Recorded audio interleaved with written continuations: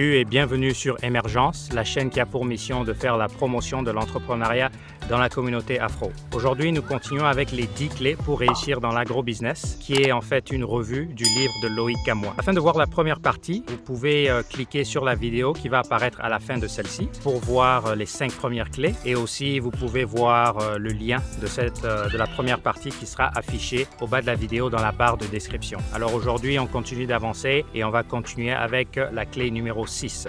On y va.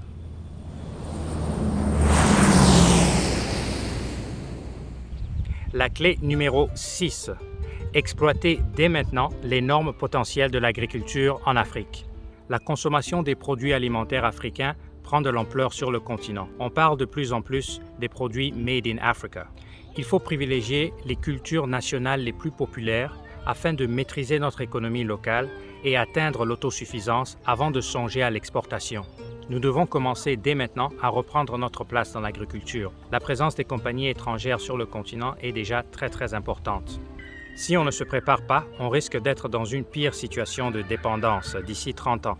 Les parents et les grands-parents agriculteurs ont tendance à décourager leurs enfants à prendre la relève, car ils associent l'agriculture à la pauvreté, de par les difficultés qu'ils ont connues. Selon la FAO, l'âge moyen des agriculteurs est de 60 ans, pendant que 60% de la population africaine a moins de 24 ans. On court donc le risque de n'avoir personne pour remplacer ces agriculteurs. C'est pour ça qu'il y a une nouvelle génération de jeunes agropreneurs qui s'engagent à donner un autre visage à l'agriculture et à sensibiliser leurs pairs à s'y mettre aussi. La clé numéro 7. Rêver grand et commencer petit. L'agriculture est l'un des secteurs qui ne demande pas beaucoup de moyens pour démarrer.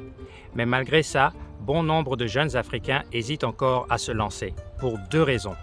De 1, ils font des calculs théoriques non adaptés à la réalité locale, avec des business plans classiques qui ont tendance à surévaluer les charges. Du coup, ils se découragent et ils se disent que le projet est trop coûteux pour commencer. De 2, ces jeunes veulent immédiatement se jouer les patrons, les big boss, sans pour autant se salir les mains. Il faut commencer petit et faire le travail soi-même, avant de chercher un bureau, une secrétaire ou un département d'informatique. Si vous cultivez sur 1 ou 2 hectares, alors faites le travail vous-même. Débroussaillez, plantez, arrosez vous-même, afin de bien connaître tout ce qui entoure votre activité. Le manque d'argent et d'expérience n'est pas un handicap. Au contraire, avec des ressources limitées, ça vous poussera à être plus créatif et à bien gérer vos activités pour éviter tout gaspillage. Il faut viser grand et cesser de penser petit.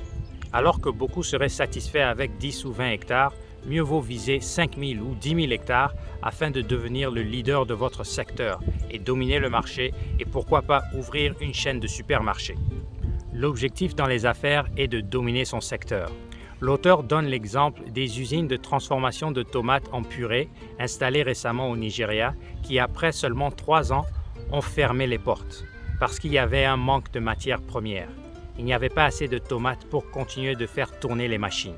Alors imaginez un peu que vous êtes le meilleur producteur de tomates dans la région à ce moment-là. Les propriétaires de ces usines vont très certainement vous courir après. Réussir son projet agricole en Afrique n'est pas chose facile.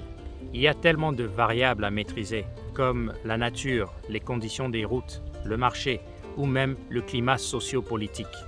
Tous ces facteurs rendent la chose difficile mais pas impossible. Pour réussir, il faut vous armer de beaucoup de courage, de patience et de persévérance, surtout qu'il est peu probable de réussir au premier coup. Échouer n'est pas fatal, c'est abandonner qu'il est.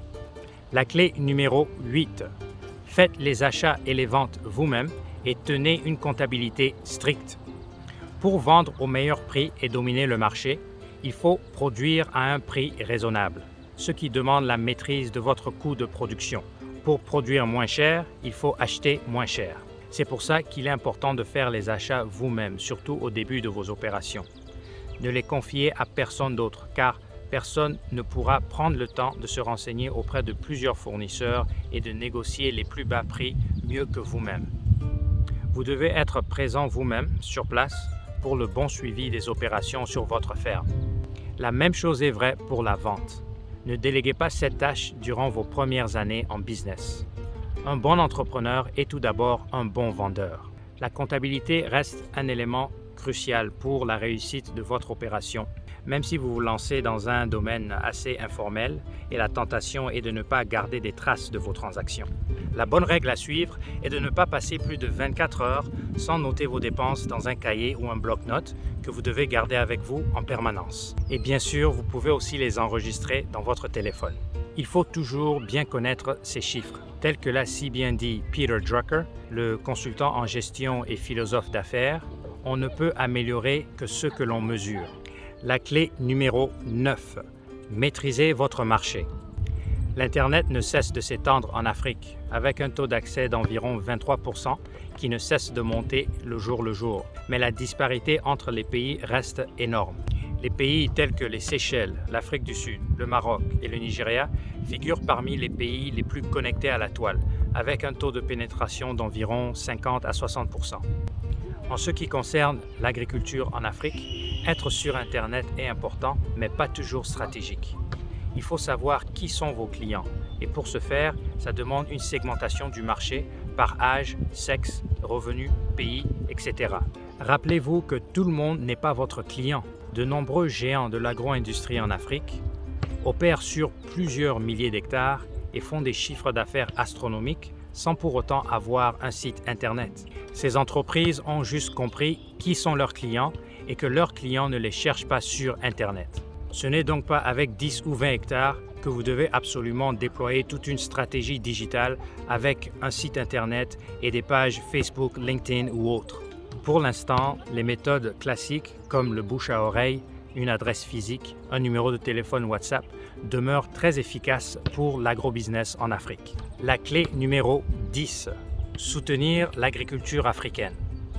La meilleure façon de soutenir l'industrie agricole et agroalimentaire est de consommer les produits Made in Africa. Faute en grande partie à la colonisation, les peuples afro ont fini par croire que tout ce qui est bien vient de l'Occident. C'est même pour ça que nous avons cette mauvaise habitude de s'exclamer devant une nouvelle innovation en disant « Wow, le blanc est fort !» Ou bien encore, comme on dit en Côte d'Ivoire, « Dieu est grand, mais blanc n'est pas petit des !» Mais comment voulez-vous que l'agriculture avance dans votre pays quand vous préférez le maïs doux de France à celui de chez vous ou quand vous préférez le poulet congelé d'Europe à celui de votre pays qui est plus bon, plus frais et plus sanitaire? Même si les gouvernements manquent d'établir des mesures plus ou moins protectionnistes, le pouvoir reste dans les poches des populations. C'est le secteur privé qui crée de l'emploi pour la jeunesse au chômage et ce sont les consommateurs africains qui doivent choisir les produits locaux au lieu des produits importés.